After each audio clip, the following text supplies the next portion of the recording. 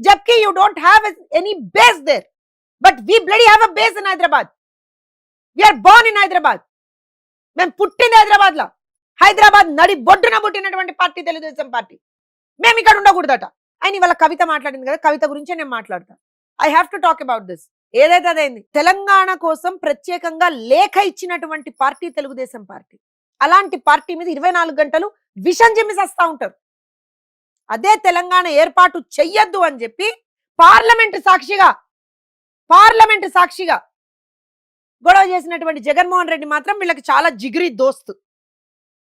మా జగన్ అన్న ఇవాళ ఏం మాట్లాడుతుందమ్మా? 13 ఏళ్లుగా రాజధాని కట్టుకోలేదు, 12 ఏళ్లుగా రాజధాని కట్టుకోలేదు అని మాట్లాడుతుందా?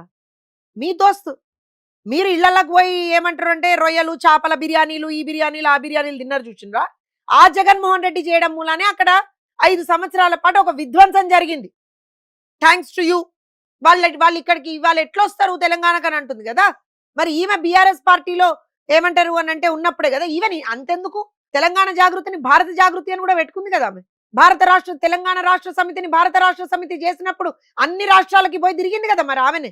అంటే మీరు మాత్రం అన్ని రాష్ట్రాలకు పోవచ్చు, మీరు మాత్రం ఆంధ్రప్రదేశ్ లో ఒక పార్టీ ఆఫీస్ పెట్టుకోవచ్చు, ఒక అధ్యక్షుడిని ఎన్నుకోవచ్చు, అన్ని చేసుకోవచ్చు.